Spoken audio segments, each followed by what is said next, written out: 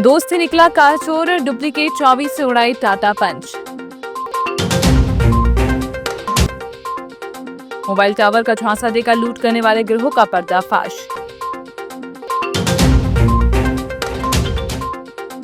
79वीं आजादी की वर्षगांठ से पहले ही पुल का इंतजार, तनोर नदी पर ग्रामीणों का फूटा गुस्सा। कोतवाली थाना पुलिस ने वाहन चोरी के एक चर्चित मामले का सफल खुलासा करते हुए 4 आरोपियों को गिरफ्तार किया है। पुलिस ने चोरी गई टाटा पंच कार भी बरामद कर ली है। जांच में सामने आया कि मुख्य आरोपी फरियादी का करीबी दोस्त था, जिसने पहले से ही कार की डुप्लीकेट चाबी बनवा रखी थी। उसने अपने साथियों के साथ मिलकर योजनाबद्ध तरीके से कार चोरी कर उसे बेचने की साजिश रची थी। सीसीटीवी फुटेज, तकनीकी साक्ष्यों और त्वरित कार्रवाई के आधार पर पुलिस आरोपियों तक पहुंचने में सफल रही। पुलिस अधीक्षक बालाघाट के निर्देश पर जिले में संपत्ति संबंधी अपराधों की रोकथाम और चोरी के मामलों के शीघ्र निराकरण के लिए विशेष अभियान चलाया जा रहा है, जिसके तहत ये बड़ी सफलता मिली। उसको जब हमने केस डाउन किया तो पता चला कि धनेश उर्फ लक्की उर्फ राजा कटरे, ये की जो फरियादी के काफ़ी समय से लंबे अच्छे दोस्त हैं, इनके द्वारा ये पूरा प्लान रचा गया था। काफ़ी समय फरियादी की गाड़ी इनने खुद भी चलाई थी, तो उसी के चलते इन्होंने बालाघाट में एक जगह पे उसकी डुप्लीकेट चाबी बनवाई और डुप्लीकेट चाबी बनवाने के बाद इन्होंने थाना लामटा के ग्राम अमोली के कपिल चौधरी, अनुराग सोनवाने और आशीष नायर, इन लोगों को ये चाबी दी और इनको बताया कि मैं उस दिन घर पे रहूँगा, फरियादी और इनका कमरा एक ही बिल्डिंग में है, तो मैं वहाँ पर रहूँगा, मैं उसको एंगेज करके रखूँगा, तो आप आके नीचे से ये गाड़ी चोरी करके जाना। उसी तारीख को जब वो फरियादी के साथ थे तब ये लोग नीचे से आए और ये लोग इस प्रकार की इन्होंने चोरी की घटना को अंजाम दिया था। जिले के लांची थाना क्षेत्र के ग्राम कुलपा में मोबाइल टावर लगाने का झांसा देकर बुजुर्ग दंपति के घर हुई सनसनीखेज लूट का पुलिस ने खुलासा कर दिया। पुलिस ने सीसीटीवी फुटेज, तकनीकी साक्ष्यों, मुखबिर तंत्र की मदद से वारदात में शामिल 7 आरोपियों की पहचान की। इनमें से 5 आरोपियों को गिरफ्तार कर लिया गया, जबकि 2 आरोपी अभी फरार हैं। पुलिस अधीक्षक आदित्य मिश्रा ने बताया कि 25 जुलाई को आरोपियों ने घर में घुसकर सोने चांदी के जेवर, नकदी, मोबाइल, आधार कार्ड और बैंक पासबुक लूट ली थी। गिरफ्तार आरोपियों में महाराष्ट्र और झारखंड के निवासी शामिल हैं। मुख्य आरोपी पहले से महाराष्ट्र पुलिस की गिरफ्त में है, जबकि फरार आरोपियों की तलाश जारी है। नीरज फुंडे, हेमंत फुंडे हैं, इनका एक रिश्तेदार उसी गांव में जहां पर हमारे फरियादी रहते हैं, उसी गांव में निवास करते थे, कुलपा गांव में।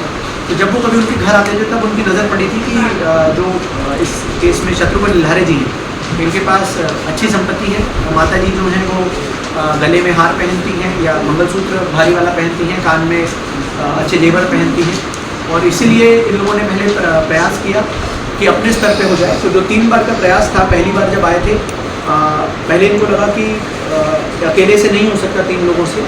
फिर दूसरी बार जब इनके द्वारा प्रयास किया 28 जून में, इन्होंने बेसिकली ये गए रेकी कर नहीं थे। फिर इनको समझ में आया कि एक अकेले 3 लोगों से नहीं हो सकता है, तब इन्होंने फिर आगे की टीम्स को बुलाना शुरू किया। वारासिवनी थाना क्षेत्र अंतर्गत ग्राम डोंगर गांव के पास स्थित मुख्य नहर में 5 अगस्त को मिली एक युवती की संदिग्ध लाश के मामले में गुरुवार 6 अगस्त की शाम लालबरा क्षेत्र में उग्र और तनावपूर्ण रूप धारण कर लिया। पोस्टमार्टम के बाद जैसे ही मृतका का शव उनके गृह ग्राम खमरिया पहुंचा, परिजनों और आक्रोशित ग्रामीणों ने शव को सड़क पर रखकर लालबर्रा वारासिवनी मुख्य मार्ग पर पूर्णतः चक्का जाम कर दिया। करीब 1 घंटे तक चले इस प्रदर्शन के दौरान सड़क के दोनों ओर वाहनों की लंबी कतारें लग गयी और आवागमन पूरी तरह ठप हो गया।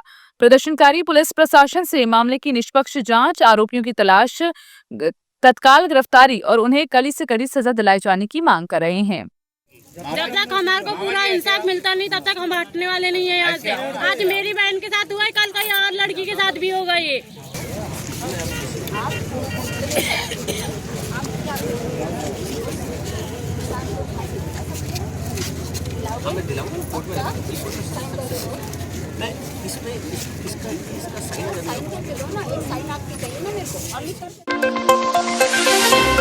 एक तरफ देश जहां आजादी की 79वीं वर्षगांठ मनाने जा रहा है, वहीं बेहर विधानसभा क्षेत्र का किन्नरदा ग्राम पंचायत के पोला और पटपरी के बीच में तनोर नदी पर आज तक पुल का निर्माण नहीं किया गया, जिससे वहां के ग्रामीणों को बहुत ही परेशानी का सामना करना पड़ रहा है।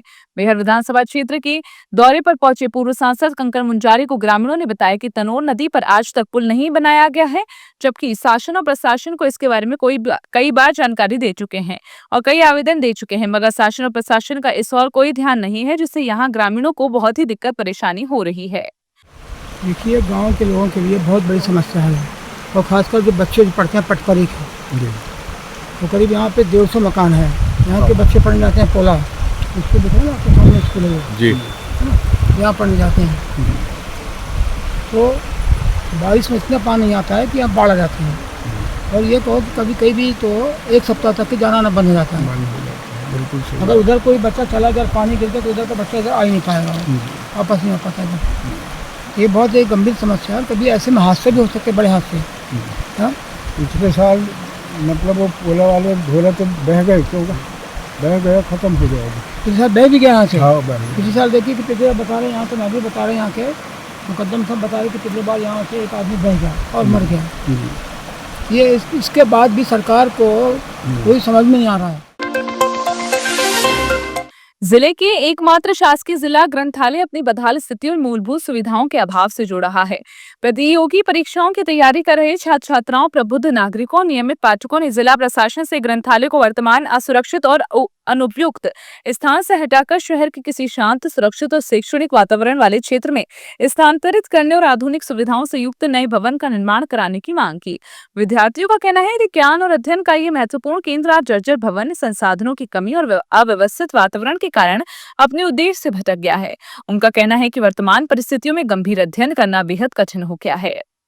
कहने को तो ये एक डिस्ट्रिक्ट लाइब्रेरी है, तो जैसे डिस्ट्रिक्ट लाइब्रेरी में सारी सुविधाएं होनी चाहिए।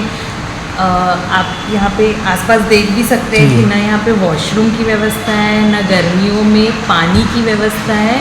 और अभी भी आप देख सकते हैं कि लाइब्रेरी ओपन है, मगर आपको यहाँ पे मेंबर्स कुछ भी नहीं दिखाई देंगे। बहुत कम मेंबर्स आते हैं यहाँ पे, लगभग 6-7 जो जितनी बैठने की व्यवस्था है। और जबकि डिस्ट्रिक्ट लाइब्रेरी बहुत अच्छी हो सकती है, सभी सुविधा युक्त हो सकती है, वाईफाई हो सकता है, पीने के पानी की व्यवस्था हो सकती है। क्लीनिंग में भी आप देखेंगे तो यहाँ पे क्लीनिंग के नाम पे भी कुछ नहीं है। तो मैं तो ये मैसेज देना चाहूँगी कि यहाँ पे सर्व सुविधा युक्त लाइब्रेरी हो, क्योंकि आज बालाघाट में जितनी प्राइवेट लाइब्रेरी है उनका एक लगभग चार्जेस है और बेरोजगार युवा वहाँ पे जा रहा है पैसे देकर। तो लोगों को पता चले कि यहाँ पे भी एक लाइब्रेरी है और यहाँ पे आए और सुविधा हो यहाँ पे। असम स्थित सीआरपीएफ कैंप में हुई घटना में शहीद हुए परसौड़ा क्षेत्र के वीर जवान विष्णु बघेल का पार्थिव शरीर गुरुवार दोपहर उनके गृह क्षेत्र पहुंचा। तिरंगे में लिपटे पार्थिव शरीर के पहुंचते ही पूरे क्षेत्र में शोक की लहर दौड़ गई। हजारों की संख्या में ग्रामीण, महिलाएं, बच्चे, युवा, जनप्रतिनिधि अपने वीर सपूत को अंतिम विदाई देने पहुंचे। अंतिम यात्रा बीजा टोला से शुरू होकर तहसील कार्यालय, पुलिस थाना, बस स्टैंड और शेरपार रोड स्थित उनके निवास तक निकाली गई। पूरे मार्ग में लोगों ने पुष्प वर्षा कर श्रद्धांजलि अर्पित की और हाथ जोड़कर अंतिम प्रणाम किया। भारत माता की जय और शहीद विष्णु बघेल अमर रहे के नारों से पूरा क्षेत्र गूंज उठा। भावुक माहौल में लोगों ने शहीद को अश्रुपूर्ण श्रद्धांजलि दी।